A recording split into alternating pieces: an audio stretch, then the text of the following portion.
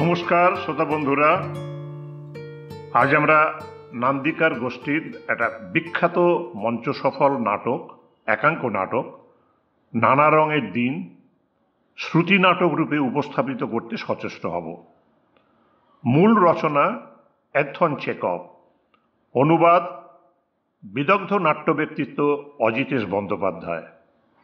মূল বক্তব্য অটুট রেখে সংক্ষিপ্তকরণের স্বার্থে কিছু পরিবর্তন, সংযোজন ও বিয়োজন প্রয়োজন হয়েছে।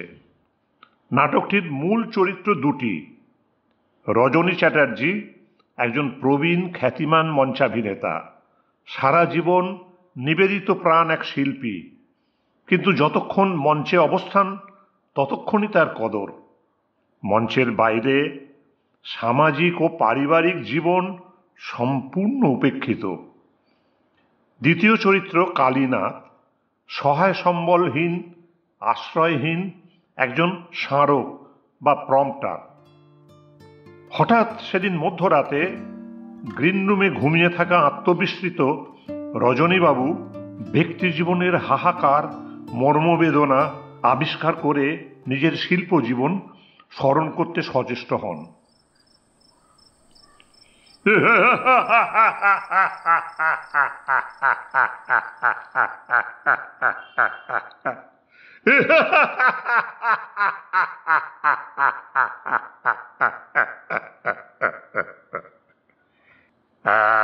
আচ্ছা, এটা কিরকম হলো বলো তো?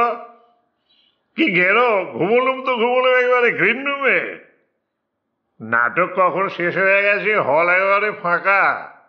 শাহজাহান, জাহানারা সব পাত্রপাত্রী ভো ভো, আর আমি দিলদার এতক্ষণ পড়ে পড়ে গ্রিন রুমে নাক ডাকাচ্ছিল। 12টা বেজে গেছে আমার, 12টা বেজে 5। মাতালের এই হচ্ছে বিপদ, ছাড়বো বললে আর ছাড়ার নেই। আজ রাতে কতটা গিলেছি কে জানে। কাল রাতেও ঠিক একই ব্যাপার, মদ গিলে গ্রিন রুমে পড়েছিল। রামবিলটাই ঘুম থেকে তুলে একটা ট্যাক্সি রেখে দিয়েছিল, তার তো নগদ 3 টাকা বকশিস করলাম ওকে। উনি আবার সে আনন্দে আমাকেই 1.5 বোতল খাইয়ে বসে রইলেন। আরে আরে আরে রামধেনু লোটা গেল কোথায়? रामब्रिज, रामब्रिज, ये कहाँ गए रे बुड्ढा? क्या होगा तुमसे? कुछ नहीं। আর কি বুড়ো বয়সে এত সয়? কে যদি বলে রজনীবাবু মদ খাওয়াটা ছাড়ুন, কত বুড়ো হয়েছেন বলুন দেখিনি। হ্যাঁ, বুড়ো হয়েছেন ওই কি রজনীবাবু, লম্বা চওড়া চেহারাটা আছে, ছোকরাদের মতো ঢং টং করতে পারে। আর আপনার এই লম্বা লম্বা চুলে ডেলি হাফ শিশি কলম লাগিয়ে যেরকম ইয়ার্কি টিয়ার্কি মারেন, তাতে আপনার বয়সটার দিক বোঝায় না। কিন্তু মশাই, যা গেল তা কি আর ফিরবে? এক পা করে এগিয়ে চলেছেন মৃত্যুর দিকে। আন্দাজ করুন দেখিনি মশাই, আপনার মতো যাদের বয়স, তারা মাপজোক করে খাওয়া দাওয়া করে, সকাল সন্ধে পার্কে বেড়াতে যায়, সন্ধ্যেবেলা কীর্তন শোনে, ভগবানের নাম করে। আর আপনি মশাই এই মাঝরাতে দিলদারের পোশাক পরে কি সব আবল তাবল ভাবছেন বলুন তো? যান বাড়ি যান, ভদ্র গোছের জামা কাপড় পরে মেকআপ টেকআপ তুলে বাড়ি যান। তাই যাই। কে ওখানে কে দাঁড়িয়ে আছে? একই কে তুমি? নাম বলছো না কেন?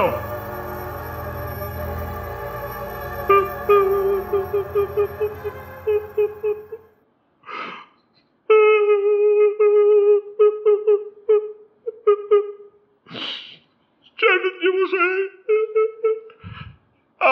আমি কালীনাথ, আপনাদের প্রম্পটার। আমি রোজ লুকিয়ে গ্রিন রুমে ঘুমাই। দয়া করে এই কথাটা মালিকের কানে তুলবেন না, তাহলে আমি বেঘরে মারা পড়বো।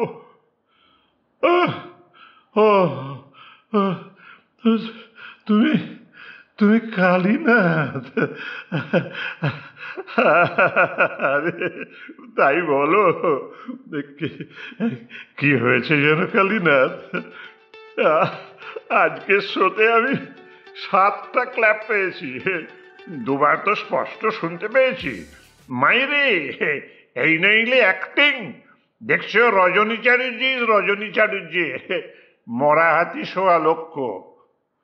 তাহলেই বুঝলে কালীনাথ, পাবলিক আমাকে এখনো কিরকম ভালোবাসে। আপনি আপনি বাড়ি যাবেন না চ্যাটার্জি মশাই? বাড়ি?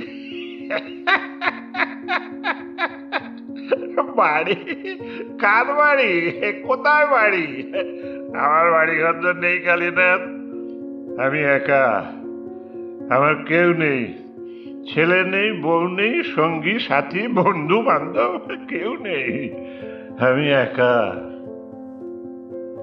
সেজন্যে সেজন্যে আপনার আপনার খুব দুঃখ চ্যাটার্জি মশাই। হ্যাঁ কালীনাথ, আমি যে মানুষ কালীনাথ, বিশ্বাস করো, একটা সৎ বংশে, উঁচু রাড়ের পবিত্র ব্রাহ্মণ বংশে জন্মগ্রহণ করেছিলাম। এই লাইনে আসার আগে ইন্সপেক্টর অফ পুলিশের চাকরিতে ঢুকেছিলাম। তখন ছোকরা বয়স, চেহারায় জেল্লা ছিল, শরীরে বল ছিল। আস্তে আস্তে সেসব দিনগুলো কেমন ভাবে ফুরিয়ে গেল, শেষ হয়ে গেল জীবনের ভালো ভালো বছরগুলো। আস্তে আস্তে আস্তে আস্তে যৌবন, শক্তি, প্রেম, নারী, যেন কালীনাথ তখন আমার বয়স খুব বেশি নয়, সবে এ লাইনে এসছি। ভদ্রঘরের বড় লোকের খুব সুন্দরী মেয়ে আবার থিয়েটার থেকে প্রেমে পড়ে গেল। সে তার আশ্চর্য ভালোবাসা। ও শুধু আমাকে ওই আলমগীরের পাঠটা করতে দেখেছিল, আর কিছু নয়। দিন যায়, ক্রমশ ঘনিষ্ঠ হলাম আমরা। ও একদিন আমাকে বলল, আমি তোমাকে চাই, আমি তোমাকে ভালোবাসি, চলো আমরা বিয়ে করি। কিন্তু তার আগে তুমি থিয়েটার করা ছেড়ে দাও। থিয়েটার করা ছেড়ে দেবো কেন জানো কালীনাথ? ও যে ভদ্র ঘরের বড় লোকের সুন্দরী মেয়ে থিয়েটারের লোকের সঙ্গে জীবনভর প্রেম করতে পারে, কিন্তু বিয়ে নইব নইব চ। থিয়েটারের মতো একটা জঘন্য বৃত্তির পুরো কঙ্কালটাকে দেখতে পেলাম। সেদিনকে বুঝলাম, অভিনয়কে যারা পবিত্র শিল্প বলে মনে করে তারা সব গাধা, সব গাধা। অভিনয় মানে একটা চাকর, মানে একটা ভাঁড়, এক কথায় একটা জোকারের জাকাস্তাই। সারাদিন খেটে খাওয়া মানুষের ক্লান্তি দূর করাই নাটকওয়ালাদের একমাত্র কর্তব্য। সেদিনকে বুঝলাম পাবলিকের চরিত্র কি। তারা নিজেদের অহংকারকে খুশি করার জন্য তোমার সঙ্গে আলাপ করবে, চা সিগারেট খাওয়াবে, কিন্তু থিয়েটারের পরিচয়ে কেউ তার বোন কিংবা মেয়ের সঙ্গে বিয়ে দেবে ভেবেছো? কখনো না। আমি ওদের কাউকে বিশ্বাস করি না, কাউকে না, কাউকে না। আপনি আপনি উত্তেজিত হবেন না চাটুর্য মশাই, আপনি এখানে চুপ করে বসুন। আমি দেখছি রামব্রিজ কোথায় গেল। রামব্রিজ, রামব্রিজ! সেসব দিনে কি না পারতুম, যেমন খুশি গলা খেলাতে পারতুম। আর এই শরীরটাকে নিয়ে জানো কালীনাথ, যা খুশি তাই করতে পারতুম। কি অসীম বিশ্বাসে ভরা ছিল এই জায়গাটা। শোনো হে, শোনো তো বলি, দাঁড়ো দাঁড়ো দাঁড়ো দাঁড়ো, একটু দম নিয়ে নি। আচ্ছা আচ্ছা কালীনাথ, তোমার ওই সিনটা মনে আছে? ওই রিজিয়া নাটকে বাখতিয়ারের ওই সিনটা? দাঁড়ো দাঁড়ো, চেষ্টা করে দেখি পারি কি না। শেষ, না না না না না, ঠিক হচ্ছে না। শেহজাদি, সম্রাট নন্দিনী, মৃত্যু ভয় দেখাও কাহারে? জানো নাকি তাতার বালক মাতৃ অঙ্ক হতে ছুটে যায় সিংহ শিশু সনে করিবারে মল্লরণ? শানিত ছুরিকা, ক্ষুদ্র কিরণ অক্তার, ভয় দেখাও সম্রাজ্ঞী, বখতিয়ার মরিতে প্রস্তুত সদা। এই এই- এই খুব একটা খারাপ হচ্ছে নাকি বলো? আচ্ছা আচ্ছা কালীনাথ, তোমার তোমার ওই সিনটা মনে আছে? রাজসিংহ নাটকে অরঙ্গজেবের ওই বিভৎস সিনটা। দাঁড়া দাঁড়া দাঁড়া, চেষ্টা করে দেখি পারি কিনা। প্রথমে প্রথমে অরঙ্গজেব একা, জাহাঙ্গীরের প্রিয়তমা মহিষী জগজ্যোতি নূরজাহান, যার ঐশ্বর্য বিলাসের খ্যাতি সমস্ত এশিয়া মহাদেশে ছড়িয়ে পড়েছিল, তিনিও কবিতা লিখেছিলেন। वर्मज रीमा गरीबा न चिरागे न गुले न पर परवाना सूजन न सताए बुलबुले। আমি গরিব, আমার কবরে কেউ ভুলেও দীপ জেলো না, ফুল দিও না, তা করলে শ্যামা পাখির পাখা পুড়ে যাবে, বুলবুল পাখি দাগা পাবে। নূরজাহান বেগমের পর সম্রাট শাহজাহানের আদরিণী কন্যা আমার স্নেহশীলা ভগ্নী জাহানারাও কবিতা লিখেছিলেন। बघायर सब्जान फौसत कजे मजारी मुरा के कबर पसाई घरियान हमी गया बसस। আর আজ আমার কন্যা যে বুন্নিশা, সে হলো স্বপ্ন বিলাসী, প্রেমের কবিতা রচনা করে। তুমি কাব্য রচনা করো যে, আমি নিজে ও রসে বঞ্চিত হলেও তোমার কাব্য চর্চায় বাধা দেব না কন্যা। মোবারকের কাজটা দাও শাহনশাহ। মোবারক আলী, সংবাদ পেলাম রূপনগর হতে তুমি শুধু পরাজিত হয়ে আসনি, পরাজয়ের পূর্বে ওই রূপনগর ওয়ালিকে হাতের মুঠোর মধ্যে পেয়েও তাকে সালাম জানিয়ে রাজপুতদের হাতে তুলে দিয়েছ। চুপ করে কেন? বলো এ কথা সত্য? শাহনশাহ, শাহনশাহ, যদি অপরাধ করে থাকি।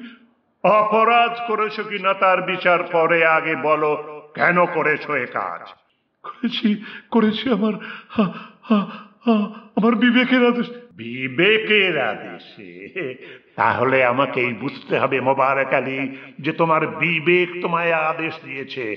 যার অন্যে শৈশবা পুষ্ট হয়েছ, সেই অন্নদাতা প্রভুর সঙ্গে বেইমানি করে তোমার প্রভুর তমাম হিন্দুস্তানের মালিকের চির উন্নত শির রাজপুতানার এক গেঁয়ো ভুইয়ার দেশে মাটিতে নুইয়ে দিতে। হযরত হযরত, আপনিও সে অবস্থায় পড়লে হয়তো মনুষ্যত্বের খাতিরে, ঔদার্যের খাতিরে। মনুষ্যত্ব, ঔদার্য?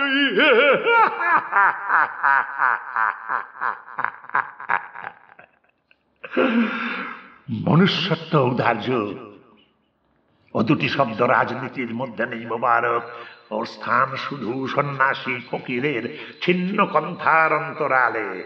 রাজনীতির মধ্যে যদি মনুষ্যত্ব আর উদারতার স্থান পেত, তাহলে বৃদ্ধ পিতাকে বন্দি করে সহদর ভাইদের রক্ত রঞ্জিত হস্তে আমার তাকতে তাউসের সোপান আরোহণ করতে হতো না। আপনি আপনি আপনি কি বলছেন হযরত? ঠিকই বলছি মোবারক। সমগড় যুদ্ধে পরাজিত দারা দিল্লিতে পালিয়ে গেল। আমি আগ্রার প্রাসাদ দুর্গ অবরোধ করে দুর্গের বাইরে নূর মঞ্জিলে অপেক্ষা করছিলাম। পিতা আমাকে আলমগীর নামক তরবারি উপহার দিয়ে মহা সমারোহে দুর্গ মধ্যে আমন্ত্রণ করলেন। পিতৃস্নেহে মুক্ত হয়ে দুর্গে প্রবেশ করতে যাব, ঠিক সেই সময় একখানি পত্র হস্তগত হলো।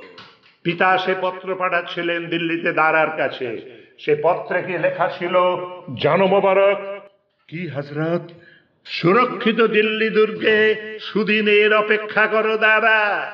আমি আগ্রার ব্যবস্থা সব ঠিক করে দিয়েছি। অর্থাৎ ঔরঙ্গজেবকে উদারতায় ভুলিয়ে রে আগ্রা দুর্গে তার সমাধির ব্যবস্থা করছি। বিশ্বস্ত সেনাপতি আলিমকে হত্যার অপরাধে মোরাদকে গোয়ালিয়র দুর্গে অবরোধ করেছিলাম সত্য, তবু তার সুখ স্বাচ্ছন্দ্যের এতটুকু ত্রুটি করিনি আমি। সুরাপায়ী বিলাসী সে দুর্গ মধ্যে দিয়েছিলাম তাকে অবাধ স্বাধীনতা। সম্রাট শাহজাহানের বিলাসী পুত্রের যা কিছু বিলাস সামগ্রীর প্রয়োজন, প্রত্যহ তার সবকিছু প্রেরিত হতো ওই গোয়ালিয়র দুর্গে। অথচ আমার এই উদারতার সুযোগ নিয়ে আমারই বিরুদ্ধে বিদ্রোহ মানসে সে দুর্গ মধ্যে হতে পলায়নের চেষ্টা করল। তারই ফলে ঘটল মরাদের জীবলীলার চির অবসান। বাকি রইল সুজা। ভাইদের মধ্যে তাকে ভালোবাসতাম সবচেয়ে বেশি।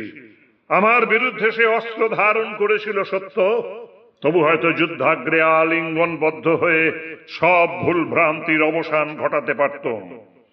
কিন্তু সেই বিশ্বাসঘাতক যশবন্ত সিং, পরম উদারতার সঙ্গে তাকে বন্ধু বলে স্বীকার করেছিলাম কিনা, তার বাহুবলের ওপর বড় বিশ্বাসে আশ্রয় করেছিলাম। তাই সে যুদ্ধক্ষেত্রতে আমাকে ত্যাগ করে সরে দাঁড়ালো, আর সুজা আমার কবল মুক্ত হয়ে পালিয়ে গেল আরাকান মুলুকে। বর্বর আরাকানির গৃহে স্মরণ করো মোবারক তাদের ভীষণ পরিণাম। হযরত হযরত আপনি আপনি এই মর্মান্তিক কাহিনীর বর্ণনায় ক্ষান্ত হন। ক্ষান্ত হব। ভুলতে চাই শতভাগাদের বিষাদময় স্মৃতি। এত চেষ্টা করি তবু ভুলতে পারি না। একদিন নিশীথ রাতে সমস্ত প্রাসাদ যখন ঘুমে অচেতন, মনে হয় কোথাও তো যেন একটা করুণ ক্রন্দন ধ্বনি যাচ্ছে। চমকে উঠে বসি আমার শয্যায়। মনে হয় দেওয়ালে, ছাদে, পশ্চাতে, নিম্নে, ঊর্ধ্বে চারিদিক হতে যাচ্ছে আত্মক্রন্দন।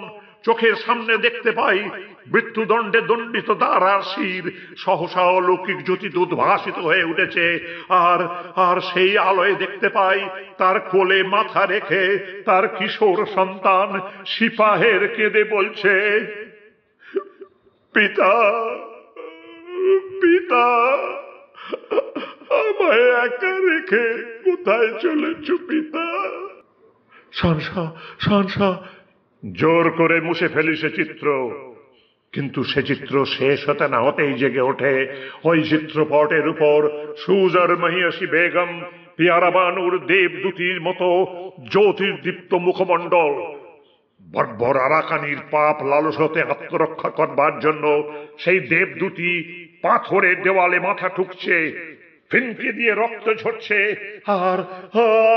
আর সেই ক্ষত বিক্ষত দেহে দেবদূতি আমায় অভিসম্পাদ দিয়ে বলছে, ঔরঙ্গজেব, তোমার জীবনে কখনো শান্তি পাবে না। তোমার সমস্ত জীবন রক্তসিক্ত প্রেতাত্মা।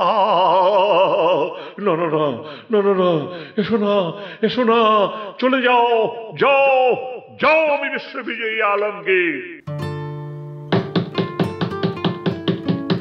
সাব্বাস! বয়সগুলো এখন কঞ্চুলে গিয়ে দাঁড়িয়ে আছে। হে কালীনাথ, আমি স্পষ্ট বুঝতে পারছি কালীনাথ, প্রতিভা আমার মরেনি, শিরায় শিরায় রক্তের সঙ্গে বয়ে চলেছে। এই তো জীবনের নিয়ম কালীনাথ। এই আমার অভিনয় তোমার ভালো লেগেছে কালীনাথ। খুব আরে তুমি কাঁদছো কালীনাথ? তোমার চোখে জল কেন ভাই? কেন বলো তো? আরে দূর, কাঁদে নাকি? শিল্পকে যে মানুষ ভালোবেসেছে তার কাছে রোগ নেই কালীনাথ, একাকিত্ব নেই, আর মৃত্যু ভয়কে সে তো হাসতে হাসতে বরণ করে নেয়। হ্যাঁ কালীনাথ, আমাদের দিন ফুরিয়েছে। হায় রে প্রতিভা কোথায় গেল? যাবার আগে আমাকে মজলিসি গল্পে রাস্তা করে ফেলে রেখে গেল। আর তুমি সারা জীবন থিয়েটারে প্রম্পট করেই তোমার কেটে গেল। কি পেয়েছো? চলো কালীনাথ, চলো যাই। সত্যি কথা বলতে কি জানো কালীনাথ, প্রতিভা বিশেষ কিছুই আমার নেই। দিলদারের পাঠটা মন্দ করি না, তাও কয়েক বছর বাদে আমাকে তো ঠিক মানাবে না। সেই ওথেলোর কথাগুলো তোমার মনে আছে কালীনাথ? সেই যে farewell the tranquil mind, farewell content, farewell the flame troops and the big wars that makes ambition virtue. Oh, farewell the neighing steed and the shrill trump, the spirit stirring drum, the ear-piercing fight, the royal banner and all quality, pride, pomp and circumstances of glorious war. কিংবা ধরো ম্যাকবেথের life's but a walking shadow, a poor player that strives and frames his power upon the stage, and then is heard no more. A house, my kingdom, for a house.